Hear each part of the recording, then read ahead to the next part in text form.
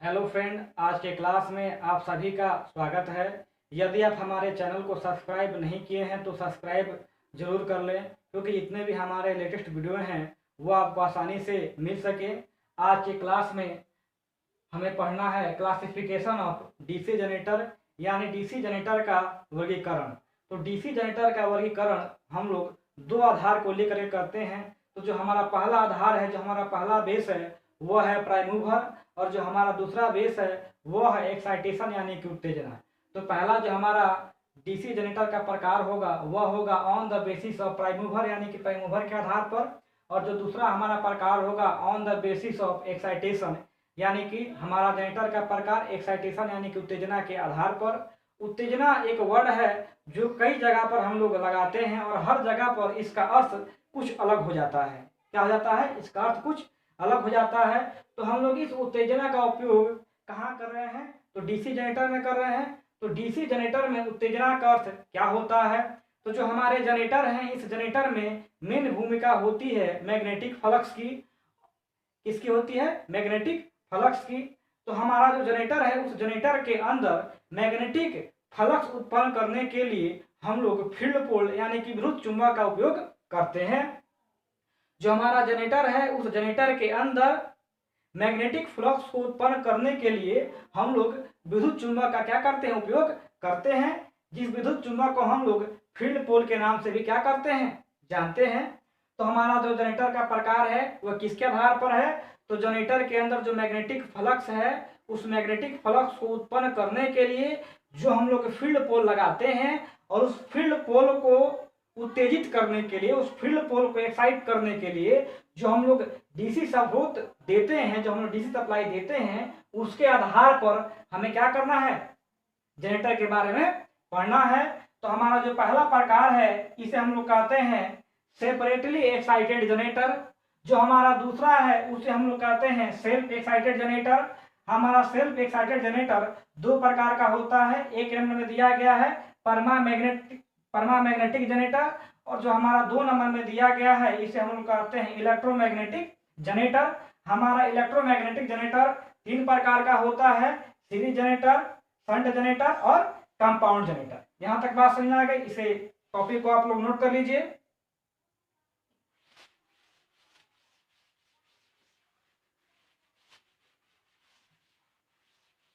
हाँ, तो अब यहाँ पर हम देखेंगे सेपरेटली एक्साइटेड जनरेटर। किसके बारे में समझेंगे? सेपरेटली एक्साइटेड जनरेटर के बारे में हम लोग समझेंगे। तो सेपरेटली एक्साइटेड जनरेटर में होता क्या है? सेपरेटली एक्साइटेड जनरेटर में होता क्या है? तो वह जनरेटर जिसके फील्ड पोल को उत्तेजित करने के लिए बाहर से विद्युत स्रोत की व्यवस्था की जाती है, उस प्रकार के जनरेटर को हम लोग सेपरेटली एक्साइटेड जनरेटर कहते हैं। अब एक बार हम ध्यान दे दें कि हमारा जो फील्ड है वह फील्ड क्या है? फील्ड पोल क्या है? तो हम लोग क्या करते हैं कि जब हम लोग सिलिकॉन स्टील की पत्ती को, किसकी पत्ती को? सिलिकॉन स्टील की पत्ती को रिवेट करके या स्टेपिंग करके आपस में क्या करते हैं? आपस में जोड़ देते हैं। क्या करते हैं? आपस में जोड़ देते हैं। और जोड़ने के बाद इसके ऊपर हम लोग क्या करते हैं? कापर या एल्युमिनियम वायर की क्या करते हैं? एल्युमिनियम या कॉपर वायर को गोल गोल लपेट देते हैं, या कहें कि हम लोग वाइंडिंग कर देते हैं। और वाइंडिंग करने के बाद जब हम इस पॉइंट पर डीसी सप्लाई देते हैं, क्या देते हैं? डीसी सप्लाई देते हैं। क्या देते हैं? डीसी सप्लाई देते हैं। तो यह हमारा बन जाता है विद्युत चुंबक। क्या बन जाता है? विद्युत चुंबक बन जाता है। और इस पार्ट को हम लोग क्या कहते हैं? इस पार्ट को हम लोग कहते हैं फील्ड पोल। क्या कहते हैं? फील्ड पोल कहते हैं। क्या कहते हैं जी? फील्ड पोल कहते हैं। क्या कहते हैं हम लोग? फील्ड पोल कहते हैं। यहां तक बात समझ में आ गई? इसे हम क्या कहते हैं? फील्ड पोल कहते हैं। क्लियर? तो जो हमारा जनरेटर होता है, कौन सा जनरेटर? Separately excited generator. तो सेपरेटली एक्साइटेड जनरेटर में यह हमारा क्या हो गया? आर्मेचर। तो जो आर्मेचर होता है, यह आर्मेचर जनरेटर के अंदर घूमने वाला भाग होता है। और इससे नेक्स्ट वीडियो में हम बता चुके हैं आर्मेचर का अर्थ क्या होता है। आर्मेचर का मतलब कंडक्टर। क्योंकि सप्लाई उत्पन्न करने के लिए 3 चीजें आवश्यक हैं। पहला क्या आवश्यक है? तो 1 नंबर में हमारा आवश्यक है मैग्नेटिक फ्लक्स, 2 नंबर में आवश्यक है कंडक्टर, और 3 नंबर में क्या आवश्यक है? तो 3 नंबर में आवश्यक है हमारा क्या चीज? Mechanical energy. तो यहाँ पर हम लोग आर्मेचर यानी कंडक्टर, ये मेरा क्या हो गया, यह मेरा हो गया कंडक्टर, यह मेरा क्या हो गया जी। तो यह जो पॉइंट है, इस पॉइंट को हम लोग कहेंगे कंडक्टर या आर्मेचर। तो यहाँ पर हम नाम डाल देते हैं आर्मेचर। क्या नाम डालते हैं, आर्मेचर। क्लियर, हमने यहाँ पे क्या लिख दिया, आर्मेचर लिख दिया। क्लियर, यह मेरा क्या है, आर्मेचर, ए से आर्मेचर। क्लियर, आर्मेचर यानी कि कंडक्टर। क्लियर, कंडक्टर यानी कि तार। यहां तक बात समझ में आ गई, कोई दिक्कत। अब यहाँ पर क्या करते हैं कि इस आर्मेचर के इर्द गिर्द, इस आर्मेचर के इर्द गिर्द यानी कि चारों तरफ हमें क्या उत्पन्न करना होगा, इस आर्मेचर के चारों तरफ इर्द गिर्द हमें मैग्नेटिक फ्लक्स उत्पन्न करनी होगी। तो मैग्नेटिक फ्लक्स उत्पन्न करने के लिए हम लोग क्या करते हैं, हम लोग फील्ड पोल स्थापित करते हैं। क्या करते हैं, फील्ड पोल स्थापित करते हैं। यह मेरा फील्ड पोल है। अभी आपको बताएं कि फील्ड पोल कैसे बनेगा, बताएगा ना आपको कि फील्ड पोल कैसे बनेगा हमारा। तो फील्ड पोल बनाने के लिए हम लोग क्या करते हैं, सिलिकॉन स्टील या कास्ट आयरन इत्यादि के टुकड़े को हम लोग क्या करते हैं, रेविट करके आपस में जोड़ देते हैं और उसके ऊपर हम लोग कॉपर या एल्युमिनियम तार की वाइंडिंग कर देते हैं। और वाइंडिंग करने के बाद क्या करते हैं, इस पॉइंट पर और इस पॉइंट पर, दोनों पॉइंट पर हम क्या करेंगे, डीसी सप्लाई देते हैं। क्या देते हैं जी, डीसी सप्लाई देते हैं। क्या देते हैं, डीसी सप्लाई देते हैं। तो जब हम डीसी सप्लाई देते हैं तो यह पॉइंट क्या बनता है, यह बनता है मेरा मैग्नेट। क्या बनता है जी, यह मेरा बनता है मैग्नेट। क्या बनता है, सॉरी गलती हो गया, यह मेरा बनता है मैग्नेट यानी कि हमारा क्या बनता है, चुंबक बनता है। और यहाँ से चुंबकीय फ्लक्स निकलते हैं। चुंबकीय फ्लक्स निकलने के बाद इस आर्मेचर के चारों तरफ यह जो जगह है, यह पूरा पूरा जगह क्या होता है, मैग्नेटिक एरिया हो जाता है। और इस मैग्नेटिक एरिया में जब हम लोग इस आर्मेचर को यानी कंडक्टर को मूव कराते हैं तो इस कंडक्टर के ऊपर क्या उत्पन्न होता है, इस कंडक्टर के ऊपर उत्पन्न होता है हमारा ईएमएफ। क्या उत्पन्न होता है जी, ईएमएफ। क्या उत्पन्न होता है, इस आर्मेचर के ऊपर ईएमएफ उत्पन्न होता है। और इस ईएमएफ को हम लोग किसके माध्यम से, इस ईएमएफ को हम लोग कम्यूटेटर और ब्रश इत्यादि के माध्यम से क्या करते हैं, बाहर निकाल लेते हैं, बाहर हम ले लेते हैं। तो यहाँ पर हमें ये चीज जानना है कि सेपरेटली एक्साइटेड जनरेटर क्या है। क्या जानना है, सेपरेटली एक्साइटेड जनरेटर क्या है। तो वह जनरेटर क्लियर, वह जनरेटर जिसके फील्ड पोल को, यहाँ पर मेरा जनरेटर हो गया और ये क्या है, यह मेरा फील्ड पोल हो गया। तो वह जनरेटर जिसके फील्ड पोल को उत्तेजित करने के लिए, उत्तेजित यानी कि चुंबक बनाने के लिए क्या करना होगा, चुंबक बनाने के लिए हमें बाहर से क्या देनी होगी, तो बाहर से हमें डीसी सप्लाई देनी होगी। क्लियर, तो वह जनरेटर जिसके फील्ड पोल को उत्तेजित करने के लिए, क्या करने के लिए, उत्तेजित करने के लिए, क्या करने के लिए, उत्तेजित करने के लिए, क्या करने के लिए, उत्तेजित करने के लिए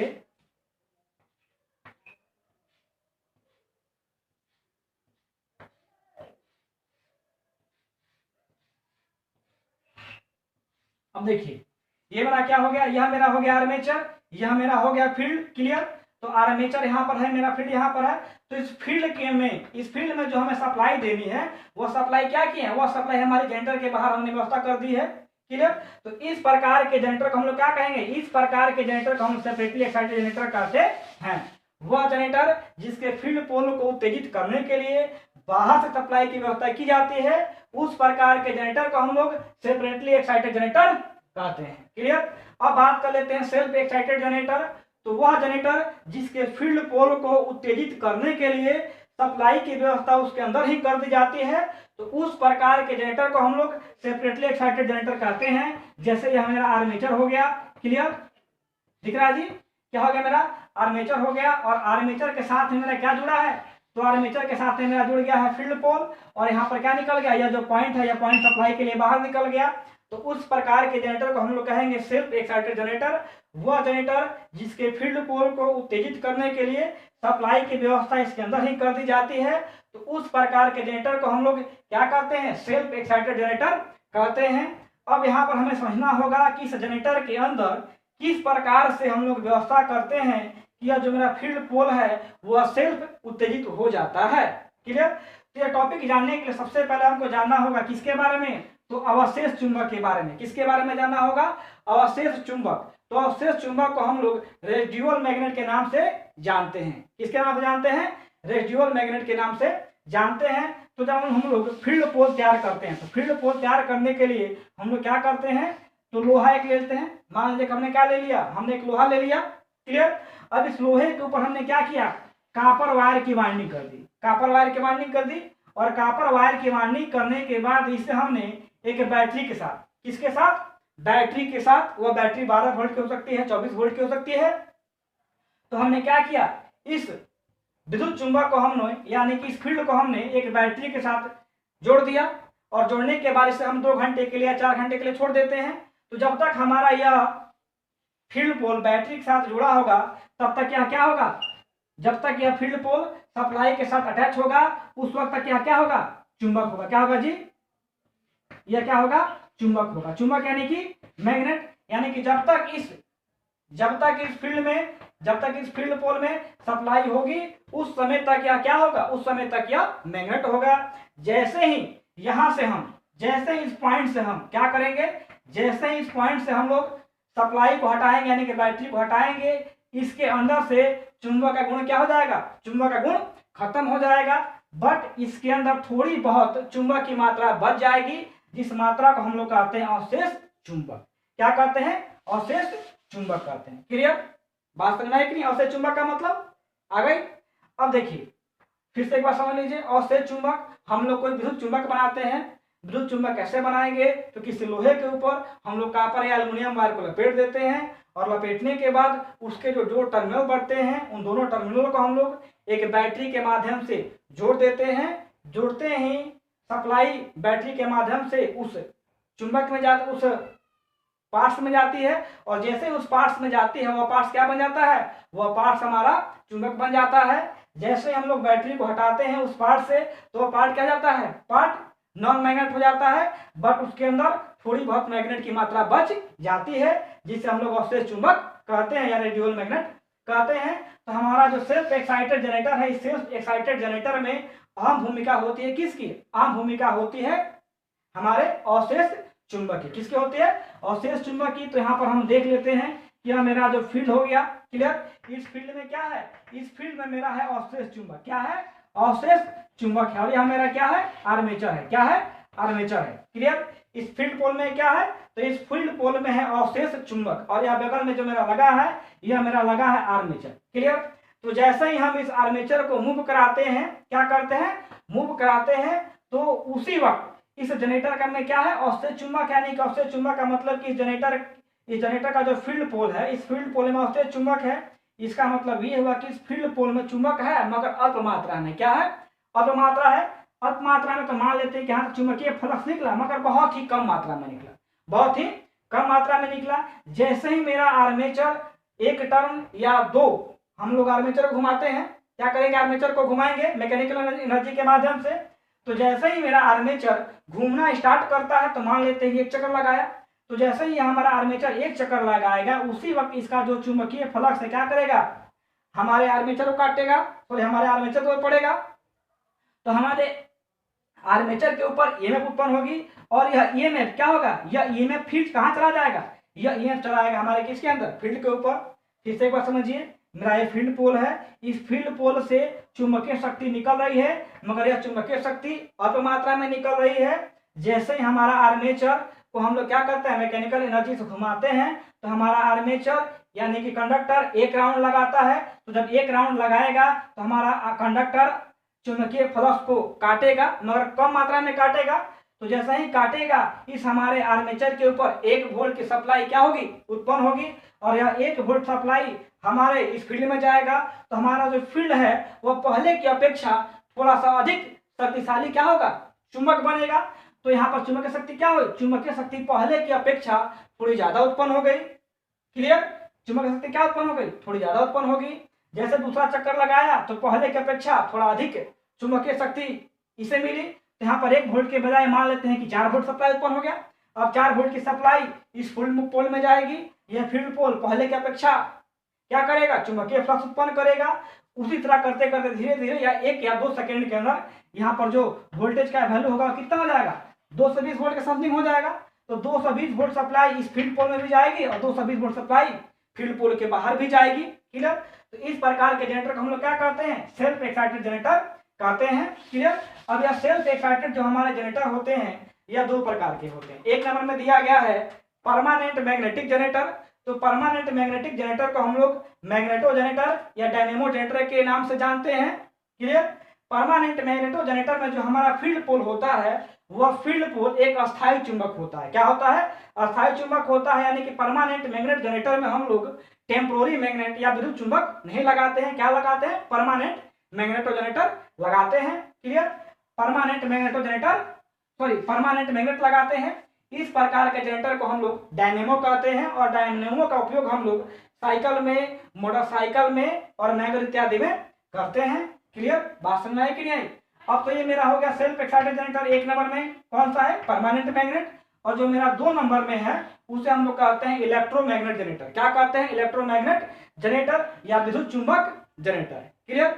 तो विद्युत चुंबक जनरेटर में क्या होता है, जो उसका फील्ड होता है उस फील्ड को हम लोग बैटरी की सप्लाई के माध्यम से क्या करते हैं, उसे हम लोग उत्तेजित करते हैं। बात समझ में आ गई कि नहीं आ गई? आ गई।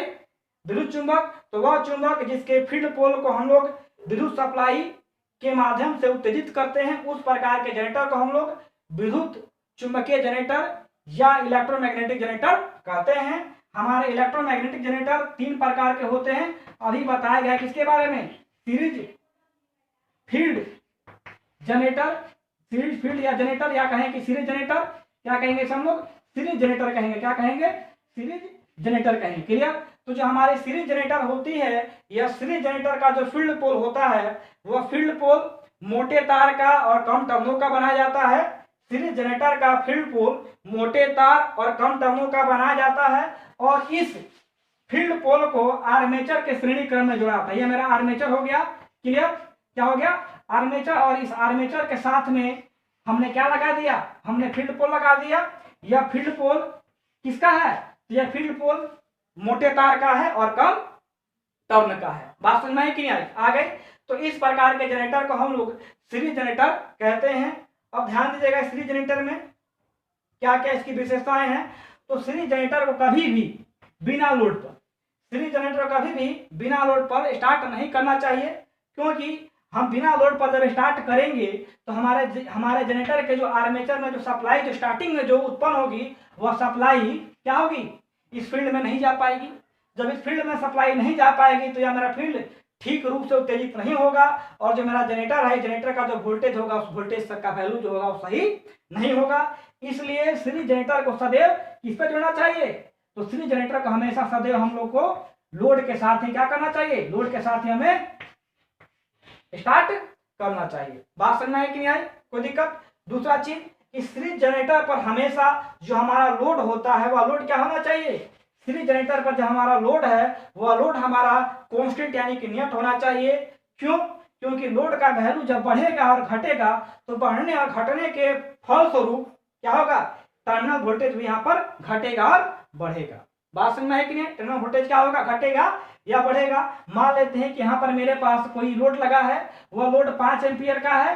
तो जब मेरा लोड 5 एम्पियर का होगा तो आर्मेचर में 5 एम्पियर करंट उत्पन्न होगा और यह 5 एम्पियर करंट हमारे फील्ड में जाएगा और फील्ड से होकर के 5 एम्पियर करंट हमारे लोड में जाएगा। तो जब 5 एम्पियर करंट यहाँ पर चाहिए तो ये क्या बना? ये चुंबक मेरा, ये जो मेरा फील्ड है यह 5 एम्पियर करंट के अनुसार बना। जैसे यहाँ पर करंट का वैल्यू 10 एम्पियर हो जाएगा, उसी वक्त यहाँ सप्लाई 10 एम्पियर की जाएगी। तो यहाँ पर जो चुंबक बनेगा वो पहले की अपेक्षा ज्यादा होगा। तो इसके अनुसार यहाँ पर जो वोल्टेज का वैल्यू होगा, जो मेरा टर्मिनल वोल्टेज का वैल्यू होगा वो क्या होगा? वो परिवर्तित होगा, यहाँ पर घटेगा और बढ़ेगा। बात समझ में आई कि नहीं आई? तो सीरीज जनरेटर को हमेशा नियत लोड पर स्टार्ट करना चाहिए, इसलिए क्योंकि इसका टर्मिनल वोल्टेज क्या होता है? लोड के अनुरूप घटता है और बढ़ता है। अब बात कर लेते हैं यहाँ पर लोड करंट। किसकी बात कर लेते हैं? लोड करंट की बात कर लेते हैं। लोड करंट का मतलब होता है कि हमारे जनरेटर के बाहर जितने भी उपकरण लगाए गए हैं उन उपकरण के द्वारा कितना करंट खर्च किया जा रहा है। लोड करंट का मतलब क्या हुआ कि हमारे जनरेटर पे जितने भी उपकरण जोड़े गए हैं उन सभी उपकरणों के द्वारा जो हम लोग करंट खर्च करते हैं उस करंट को हम लोग क्या कहते हैं? लोड करंट कहते हैं, यानी कि IL। तो लोड करंट बराबर हमारा क्या होता है? तो लोड करंट बराबर होता है सीरीज जनरेटर में आर्मेचर करंट। क्या होता है जी? आर्मेचर करंट बराबर IS यानी कि सीरीज फील्ड करंट। क्या होता है जी? सीरीज फील्ड करंट होता है, यानी कि हमारे सीरीज जनरेटर में लोड करंट बराबर होता है आर्मेचर करंट के, और आर्मेचर करंट बराबर किसके होता है, तो सीरीज करंट के बराबर होता है। कोई दिक्कत। दूसरा चीज कि हमारे सीरीज जनरेटर में जो ईएमएफ यानी कि जो हमारा वोल्टेज होता है, वो वोल्टेज का वैल्यू क्या होता है, तो जब हम लोग को वोल्टेज निकालना होगा सीरीज जनरेटर में, तब क्या करेंगे, ई बराबर आई, सॉरी यहाँ पर देखिएगा क्या होता है, तो हम लोग जानते हैं कि V बराबर क्या होता है, V बराबर होता है I इंटू आर, और I बराबर क्या होता है, I बराबर होता है V बटा आर।